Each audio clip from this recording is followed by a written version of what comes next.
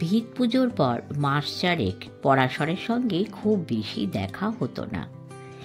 মাঝে মাঝে ব্যাংকে এসে খবর দিয়ে যেতেন বাড়ির কাজ কতদূর এগিয়েছে, আর কতদিন লাগতে পারে, ইত্যাদি ইত্যাদি।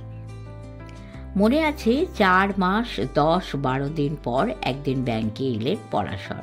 হেসে হেসে বললেন, দাদা, টেনশন, দুশ্চিন্তা, ছোটাছুটি সমস্ত শেষ। বাড়ি মোটামুটি কমপ্লিট। শুধু 2টো ঘরের বাইরের প্লাস্টার হয়নি, তবে বাস করার পক্ষে অসুবিধে নেই। দীপুর পরীক্ষাও হয়ে গেছে। পুরোহিত গৃহপ্রবেশের একটা ডেটও ঠিক করে দিয়েছেন। এখানে বাড়ি ভাড়া গুনে আর কি করব, ভাবছি নতুন বাড়িতেই চলে যাব। মোহনলাল বললেন, নিশ্চয়ই যাবেন। গৃহপ্রবেশের তারিখটা জানিয়ে দিয়ে পরাশর বললেন, আপনি কিন্তু প্রমিস করেছিলেন গৃহপ্রবেশের দিন বৌদি আর পিন্টুকে সঙ্গে করে নিয়ে আসবেন। হ্যাঁ, মনে আছে। আমি আপনাদের বাড়ি গিয়ে বলেও আসবো, না গেলেও চলতো। তবে আপনার যখন ইচ্ছে হয়েছে যাবেন, আপনিও একটা প্রমিস করেছিলেন, মনে আছে? নিশ্চয়ই আছে। ছুটির দিনে দীপুকে নিয়ে গড়পাড়ে আপনাদের বাড়ি যাব। জমজমাট গানের আসর বসবে। গুড। তবে শুধু দীপুকেই নয়, তার জননীকেও সঙ্গে নিয়ে আসবেন। প্রতিমা রেগুলার আসতে পারবেন না। আমাদের বাড়িতে 3 জন ছাড়া তো আর কেউ নেই। ফাঁকা বাড়ি ফেলে আসা রিস্কি। আমার শাশুড়ি মা কালীঘাটে থাকেন। তিনি যেদিন এসে থাকতে পারবেন, তাকে বাড়ি পাহারার দায়িত্ব দিয়ে তবে প্রতিমা বেরোতে পারবে। ঠিক আছে, যেদিন সম্ভব হবে উনি আসবেন। মনে আছে, এর দিন কয়েক বাদে সপরিবারে তাদের গড়পাড়ের বাড়িতে এসে গৃহপ্রবেশে নেমন্তন্ন করে গেলেন পরাশররা। সুখনীরে প্রতিমার সেই প্রথম আসা। এর আগে প্রতিমা এবং সুলেখা কেউ কারোকে দেখেননি। মোহনলাল দুজনের পরিচয় করিয়ে দিলেন। পিন্টু বাড়িতেই ছিল, তাকে ডেকে এনে আলাপ করানো হলো। প্রতিমা সুলেখার হাত ধরে বললেন, দিদি অসুস্থ ছিলেন বলে ভিত পুজোর দিন যেতে পারেননি। গৃহপ্রবেশের দিন কিন্তু যেতেই হবে। সুলেখা বললেন, আপনারা বাড়ি এসে বলছেন, নিশ্চয়ই যাব। প্রতিমা এবার পিন্টুর দিকে ঘুরলেন। বাবা, তোমাকেও যেতে হবে কিন্তু, না বলো না। মোহনলালের নজর পড়ল পিন্টু চোখের কোণ দিয়ে মাঝে মাঝেই বিপাশার দিকে তাকাচ্ছে। মুগ্ধ পতঙ্গ শব্দ দুটো যে হঠাৎ তার মনে এসেছিল, এতদিন বাদেও তিনি ভুলে যাননি। একটু হেসে পিন্টু বলল, হ্যাঁ, মা বাবার সঙ্গেই যাব। এরপর কিছুক্ষণ গল্প টল্প করে চা খেয়ে পরাশররা চলে গেলেন। গেট পর্যন্ত ওদের এগিয়ে দিয়ে বাড়ির দিকে ফিরতে ফিরতে খুব আন্তরিক সুরে সুলেখা বললেন, বাবা, মেয়ে, মা 3 জনেই বড় ভালো মানুষ। চমৎকার একটা ফ্যামিলি। পিন্টু তাদের সঙ্গে গেট অবধি আসেনি। মোহনলাল বেশ জোর দিয়ে বললেন, অবশ্যই। তারপর এধার ওধার দেখে নিয়ে কণ্ঠস্বর ঝপ করে অনেকটা নামিয়ে দিলেন, আজ একটা ব্যাপার লক্ষ্য করেছ? কি বলতো? তোমার ব্যক্তিত্ব সম্পন্ন গম্ভীর পুত্রটি আজ কিভাবে পরাশর চ্যাটার্জির মেয়ের দিকে তাকাচ্ছিল। জড় পদার্থ না হলে যে কোনো যুবক ওই মেয়ের দিকে না তাকিয়ে থাকতে পারে। পিন্টুর কি দোষ? দুজনেই শব্দ করে হেসে উঠলেন। গৃহপ্রবেশের দিন মোহনলালরা 3 জনেই চেতলায় গেলেন। পরাশররা তাঁদের জন্য খুব সম্ভব রাস্তার দিকে তাকিয়েছিলেন। গাড়ি থেকে নামতেই দৌড়ে এলেন। প্রতিমা ধরলেন সুলেখার হাত। দীপু মোহনলালের আর পরাশর পিন্টুর কাঁধে হাত রাখলেন। আসুন দিদি, আসুন জেঠু, চলো পিন্টু, আপনারা এসেছেন, আমাদের যে কি আনন্দ হচ্ছে। কল কল করতে করতে দীপুরা মোহনলালদের নতুন বাড়িতে নিয়ে এলো। দীপুর গলাটাই বেশি শোনা যাচ্ছে। পরাশর এবং প্রতিমারও যেন বয়স অনেকটাই কমে গেছে। সদর দরজার দুধারে হলুদ, চন্দন এবং সিঁদুরের বড় বড় ফোঁটা দেওয়া মাটির কলসিতে কলা গাছ। দরজার মাথাটা আম পাতা আর ফুল দিয়ে সাজানো। ভেতরে ঢুকে দেখা গেল প্রচুর লোকজন। মোহনলাল কয়েকজনকে চিনতে পারলেন, ভিত পুজোর দিন দেখেছিলেন। পরাশর বললেন, আগে আপনাদের বাড়িটা দেখায়, তারপর। আমাদের জন্য একদম ব্যস্ত হবেন না, নিজেদের ফ্যামিলি মেম্বার বলে আমাদের ভাবুন। অনেক গেস্ট এসেছেন, আরও অনেকে আসছেন, আপনারা তাদের দেখুন। দীপু আমাদের বাড়ি দেখাক। আপনারা আমাদের ফ্যামিলি মেম্বার শুনে যে কি ভালো লাগছে, গর্বও হচ্ছে। ঠিক আছে, দীপুই আপাতত আপনাদের দেখাক। পরাশর এবং প্রতিমা অন্যদিকে চলে গেলেন। দীপু মোহনলালদের বাড়ি দেখাতে লাগলো।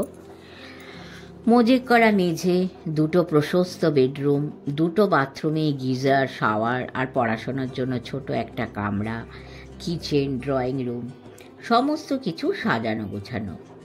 বাড়ির বাইরের দিকের দেওয়ালেই শুধু পলেস্তরা লাগানো হয়নি। সব দেখানো টেখানো হয়ে গেলে মোহনলালদের ছাদে নিয়ে এলো দীপু। পুরো ছাদটা জুড়ে প্যান্ডেল, তার একদিকে ক্যাটারাররা ভীষণ ব্যস্ত। বিরাট বিরাট উনুনে প্রকাণ্ড কড়াই চাপিয়ে রান্না চলছে পুরো দমে। সুখাদ্যের গন্ধে বাতাস মোমো করছে। তাদের পাশেই দুজন কফি আর শরবত বানাচ্ছে। ছাদের আরেক দিকে লম্বা লম্বা টেবিল আর চেয়ার পাতা।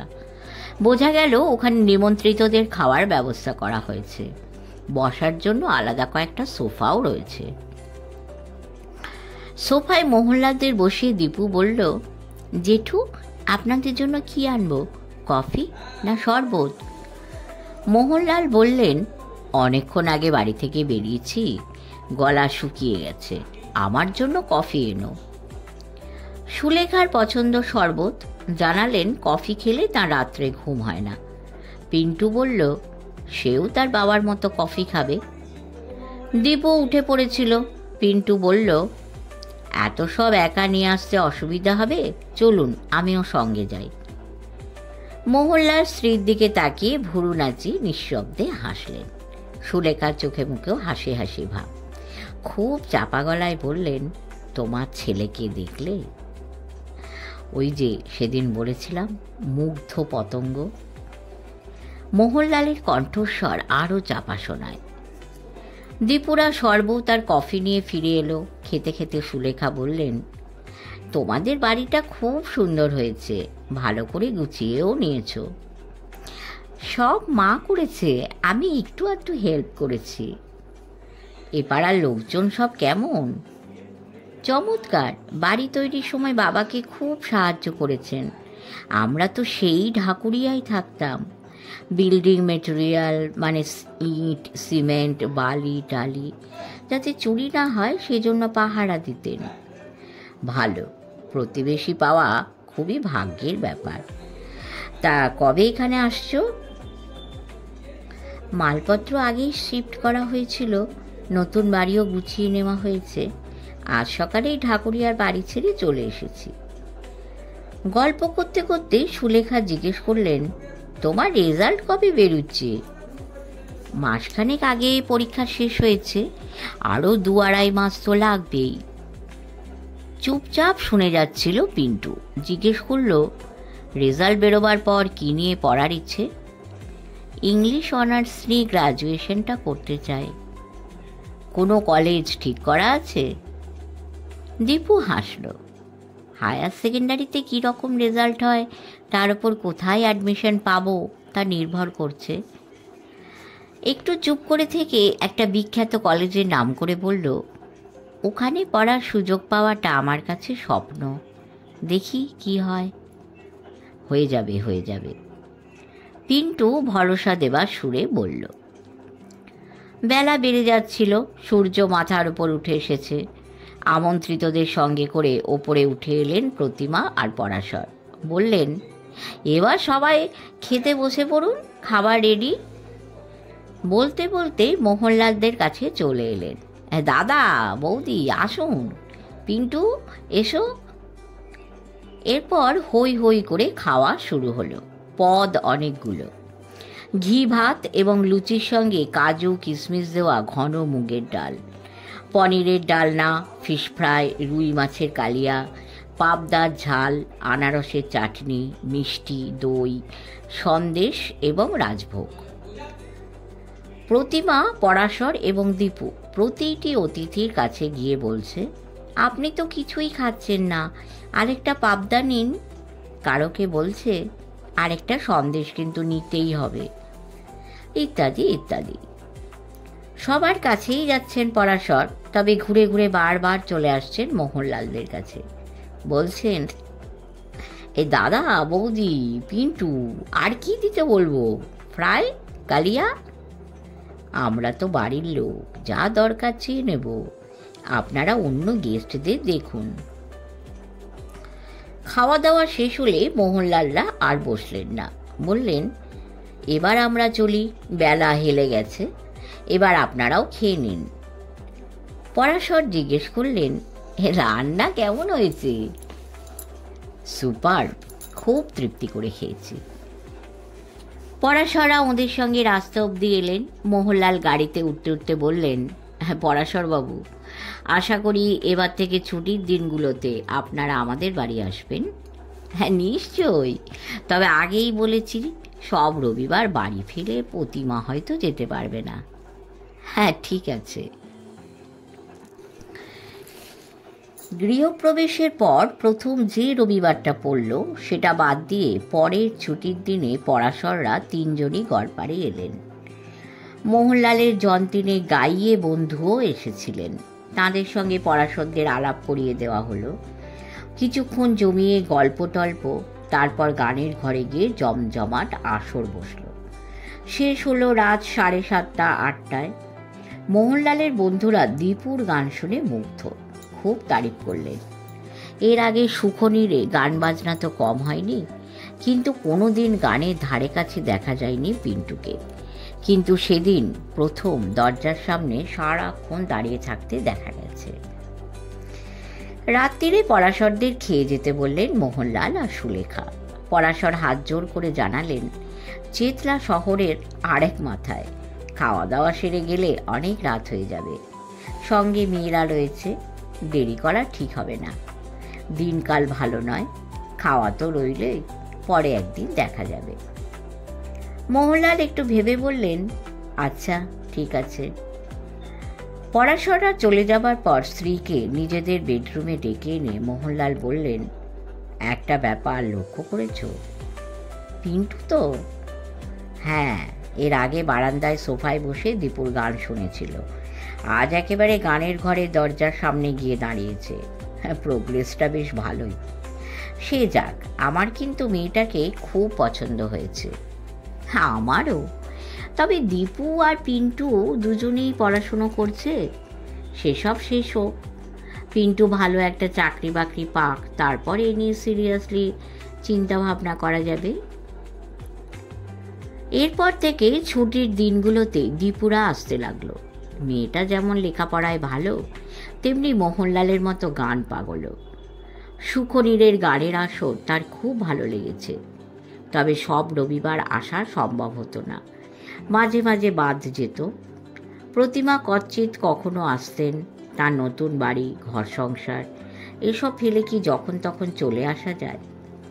আগে দূর থেকে রজত দীপুর গান শুনত, তারপর গানের ঘরে দরজার সামনে এসে দাঁড়িয়ে থাকত, আরও পরে ঘরে গিয়ে বসতে শুরু করলো।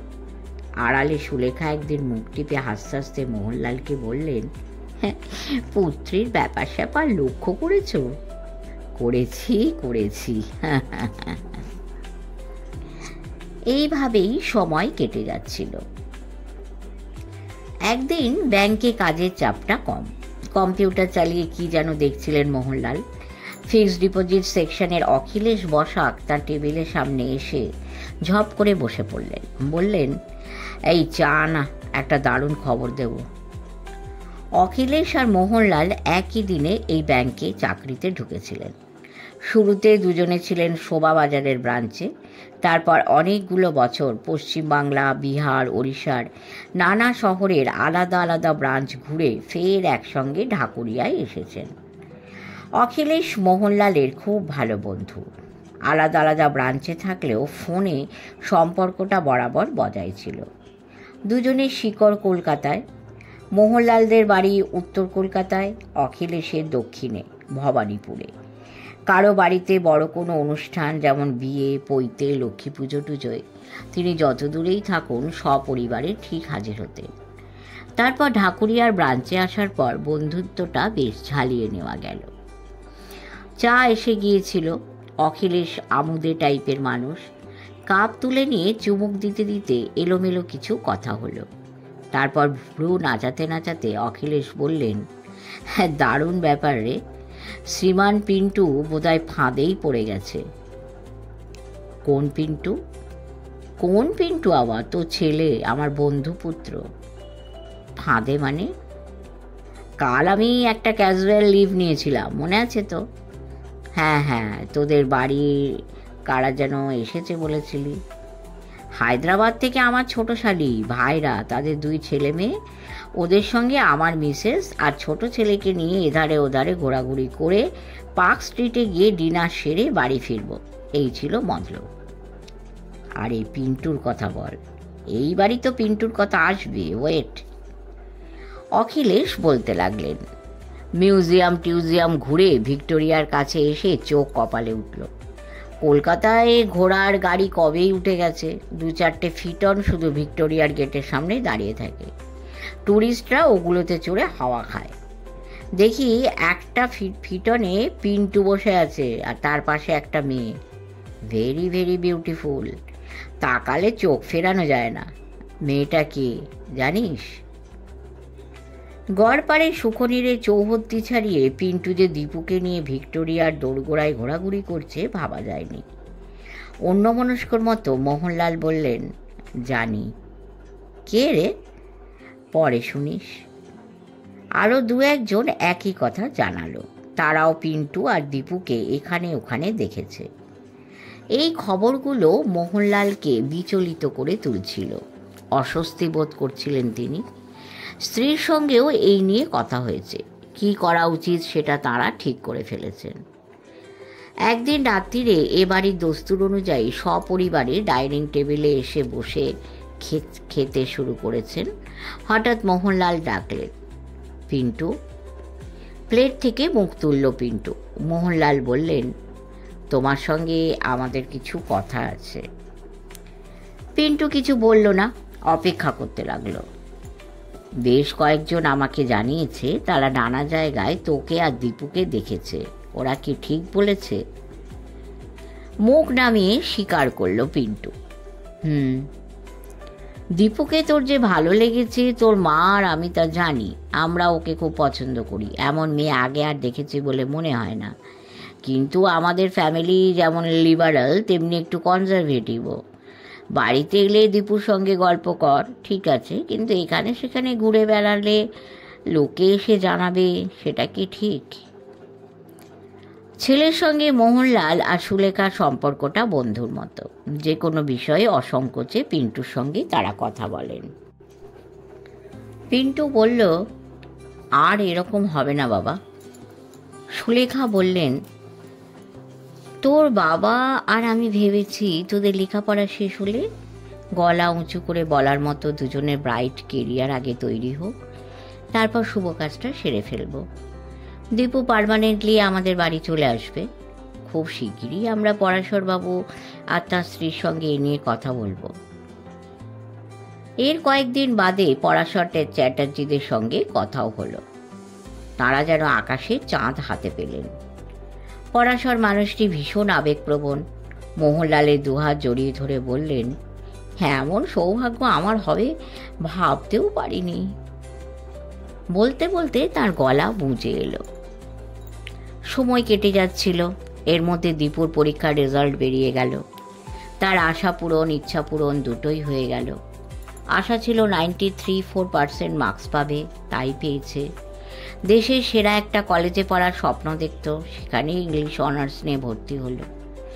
এখন আর ছুটির দিনে সুখনীরে আসতে পারে না দীপু, পড়ার ভীষণ চাপ। তবে মাসে 2-1 বার আসে। মোহনলালের মনে পড়ে ডিসেম্বরের গোড়ার দিকে শেষবারের জন্য সুখনীরে এসেছিল দীপু আর পরাশর। সেদিন পিন্টু বাড়িতে ছিল না। বন্ধুরা জোর করে তাকে পিকনিকে নিয়ে গিয়েছিল। কলকাতা থেকে বেশ খানিকটা দূরে। সেদিন আর ফেরা হবে না। যাই হোক, অন্য সব ছুটির দিনে যা হয় সেদিনও তার হেরফের হয়নি। গান বাজনা, তারপর খাওয়া দাওয়া, এসব সারতে সারতে রাতটা একটু বেশিই হয়ে গেল। শীতটা সেবার বেশ জাঁকিয়েই পড়েছে। 9টা বাজতে না বাজতেই রাস্তাঘাট ফাঁকা ফাঁকা হয়ে যায়। বাস টাসও কমে আসে। ট্যাক্সিওয়ালাদের হাজারটা বাহানা। রাত বাড়লে তাদের বেশিরভাগেরই চেতলা, কসবা বা টালিগঞ্জে যাবার কথা শুনলে গায়ে জ্বর আসে। মোহনলাল বললেন, গাড়ি বের করছি, আমি দীপুদের পৌঁছে দিয়ে আসব। দীপু আর পরাশরকে নিয়ে তিনি উঠে পড়লেন। ফ্রন্ট সিটে স্টিয়ারিং ধরে বসেছেন মোহনলাল, তার পাশে পরাশর, ব্যাক সিটে দীপু। বাড়ি থেকে বেরিয়ে সার্কুলার রোডে এসে সোজা দক্ষিণ দিকে চললেন মোহনলালরা। বেগবাগানের মোড় ঘুরে ল্যান্সডাউন, তারপর হাজরা হয়ে রাসবিহারী, কেওড়াতলার পাশ দিয়ে চিতলা, এটাই সবচেয়ে সোজা রুট। এই রুট ধরেই যাবেন মোহনলালরা। রাস্তায় লোকজন প্রায় চোখেই পড়ে না।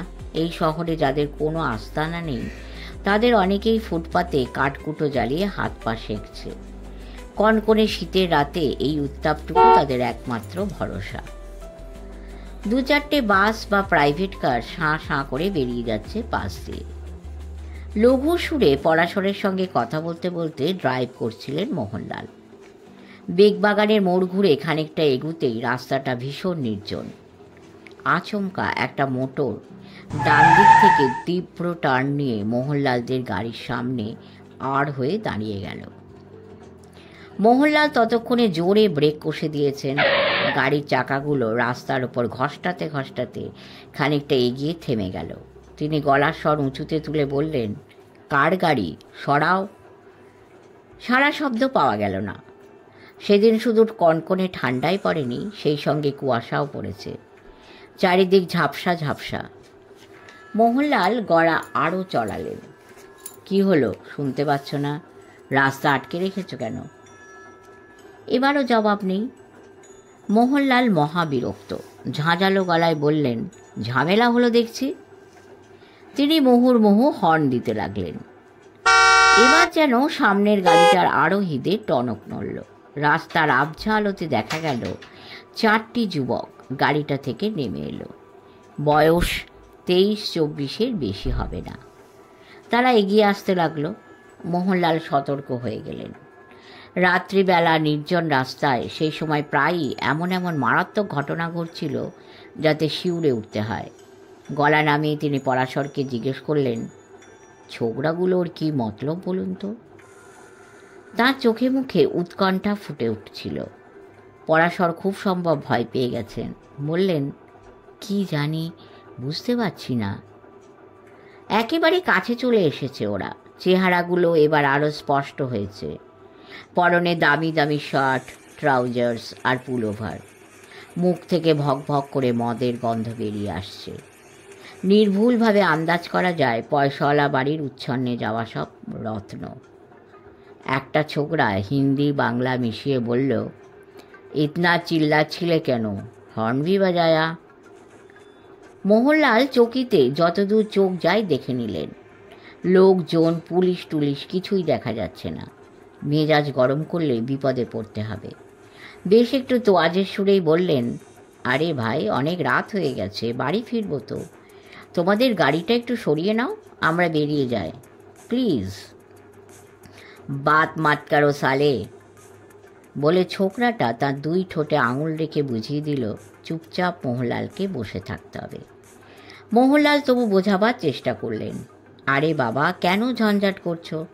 তোমাদের সঙ্গে আমাদের তো কোনো দুশ্মনী নেই, যেতে দাও ভাই। ছোকরা তেরিয়া হয়ে কি বলতে যাচ্ছিল বলা হলো না। অন্য 3টে ছেলে ব্যাকসিটের দিকে চলে গিয়েছিল। শীতের কনকনে হাওয়া ঠেকাতে মোহনলালের গাড়ির কাঁচের জানলাগুলো বন্ধ করে দেওয়া হয়েছিল। 3 ছোকরা হঠাৎ শীতের রাতে নৈশব্দকে খান খান করে একসঙ্গে চেঁচিয়ে উঠল, এই হিরোইন মিল গিয়া রে, ব্যাকসিট পার বাইঠি হ্যাঁ। তাদের গলায় তুমুল উল্লাস। মুহূর্তে ব্যাপারটা মোহনলালের কাছে পরিষ্কার হয়ে গেল। এই মাতাল ছোকরাগুলো তাদের গাড়ির পেছন পেছন আসতে আসতে নিশ্চয়ই দীপুকে দেখতে পেয়েছিল। তাই শিকারি চিতার মতো স্পিড বাড়িয়ে তাদের গাড়িটাকে সামনে এনে আড়াআড়ি দাঁড় করিয়ে দিয়েছে। যে ছোকরাটা চড়া গলায় মোহনলালকে শাসাচ্ছিল সে ব্যাকসিটের দিকে তারপর একসঙ্গে হল্লা জুড়ে দিল। বন্ধ কাচে জানলা দিয়ে কুয়াশা জড়ানো শীতের রাতে কর্পোরেশনের ম্যাড়মেড়ে আলোয় মোহনলাল আর পরাশর দেখতে পেলেন চারটে মাতাল ছোকরার মুখগুলো অশ্লীল নোংরা হাসিতে ভরে যাচ্ছে। তারই মধ্যে ব্যাকডোরের গায়ে সমানে চাপড় মারছে। আরে প্যারে উঠলাকে, আরে মস্তি করেগা, মজা করেগা। মোহনলাল টের পেলেন তার শিরদাঁড়ার ভেতর দিয়ে বরফের মতো ঠান্ডা স্রোত বয়ে যাচ্ছে। পরাশরের মুখটা আতঙ্কে রক্তশূন্য হয়ে গেছে। দমবন্ধ গলায় তিনি বললেন, কি হবে দাদা, আমার মেয়েটাকে? বাকি আর শেষ করতে পারলেন না। হঠাৎ যেন মাথার ভিতর আগুন ধরে গেল মোহনলালের। কিছু একটা করতেই হবে। দরজা খুলে তিনি উন্মাদের মতো ছোকরাগুলোর দিকে ধেয়ে গেলেন। একটা সামান্য খিস্তি দিয়ে তিনি সামনে যাকে পেলেন তার মুখে শরীরের সমস্ত শক্তি জড়ো করে ঘুষি চালিয়ে দিলেন। ছোকরা কয়েক ফিট দূরে ছিটকে পড়ল। বাকি তিনটে ছোকরা বিদ্যুৎ গতিতে রিভলভার আর ছোড়া বের করে ফেলল। এদিকে পরাশর গাড়ি থেকে নেমে পড়েছেন। নিরীহ শান্ত নির্ঝঞ্ঝাট মানুষটির উপর মধ্যরাতের অমানসিক কিছু একটা ভর করেছে। তিনি সশস্ত্র হিংস্র ছোকরাগুলোর ওপর ঝাঁপিয়ে পড়তে যাচ্ছিলেন। তার আগেই একটা লকলকে ছোড়ার ফলা আমূল তার পেটে ঢুকে গেল। আর ঠিক সেই মুহূর্তে মোহনলালের কপাল আর মাথায় রিভলভারের বাঁট সজোরে এসে আছড়ে পড়ল। চড়াত করে একটা আওয়াজ হলো। পরক্ষণে রাস্তায় টলে পড়তে পড়তে তিনি টের পেলেন ফিনকি দিয়ে রক্ত বেরিয়ে এসে তাঁর চোখ মুখ জামা টামা ভাসিয়ে দিচ্ছে। তারই মধ্যে একটা ক্ষীণ গোঙানির আওয়াজ, সেই সঙ্গে গাড়ির জানলার কাঁচ ভাঙার শব্দ। আবঝাভাবে মনে হলো কারোকে যেন টেনে হিঁচড়ে নামানো হচ্ছে। কোনো মেয়ের অস্পষ্ট আর্ত চিৎকার কানে এলো, না, আমাকে ছেড়ে দাও না। তারপর আর কিছুই শুনতে পেলেন না, দেখতেও পেলেন না। গাঢ় অন্ধকারে সব বিলীন হয়ে গেল। শেষ হলো পঞ্চম পর্ব। অন্তিম পর্ব নিয়ে তাড়াতাড়ি আসার চেষ্টা করব। গল্পটি অত্যন্ত হৃদয় বিদারক। কিছু মানুষের তাৎক্ষণিক পাশবিক অত্যাচারে কিভাবে অনেকগুলো জীবন ছিন্ন ভিন্ন হয়ে যায় সেটাই লেখক দেখিয়েছেন। সকলে ভালো থাকবেন, পরম করুণা মায়ের কাছে এটাই প্রার্থনা করি। সাবস্ক্রাইব করে আমাদের পাশে থাকবেন। অন্তিম পর্ব অবশ্যই শুনবেন। নমস্কার।